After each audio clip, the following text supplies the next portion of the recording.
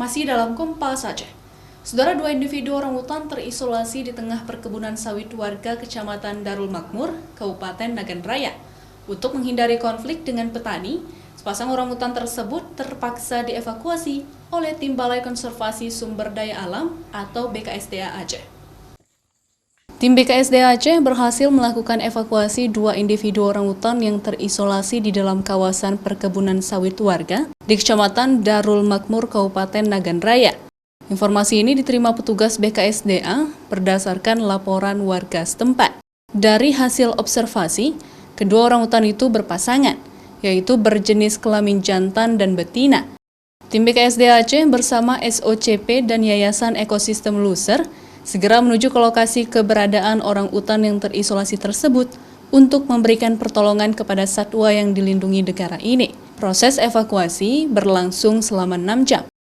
Evakuasi pertama dilakukan pada orangutan jantan, yaitu dengan cara 2 kali tembakan bius.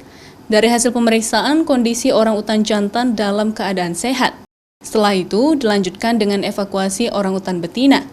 Setelah ditembak bius, orangutan jantan dan betina bersembunyi di atas pohon dan terpaksa petugas menaiki pohon untuk menurunkan orangutan betina yang telah terbius itu. Kondisi fisik orangutan betina ini sedikit memprihatinkan karena terlihat kurus dan juga diduga malnutrisi. Setelah diperiksa, petugas menduga orangutan betina ini baru beranak karena mengeluarkan air susu. Namun, anakannya tidak ditemukan bersama sang induk.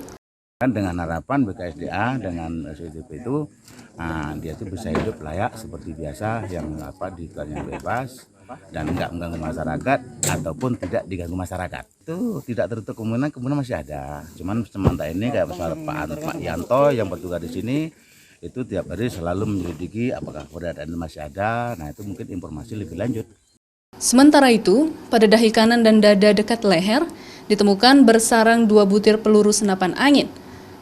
Setelah dievakuasi, kedua orangutan itu dibawa ke pusat reintroduksi orangutan di Janto, Aceh Besar untuk mendapatkan perawatan dan juga akan dilepas liar ke hutan kembali setelah mampu beradaptasi.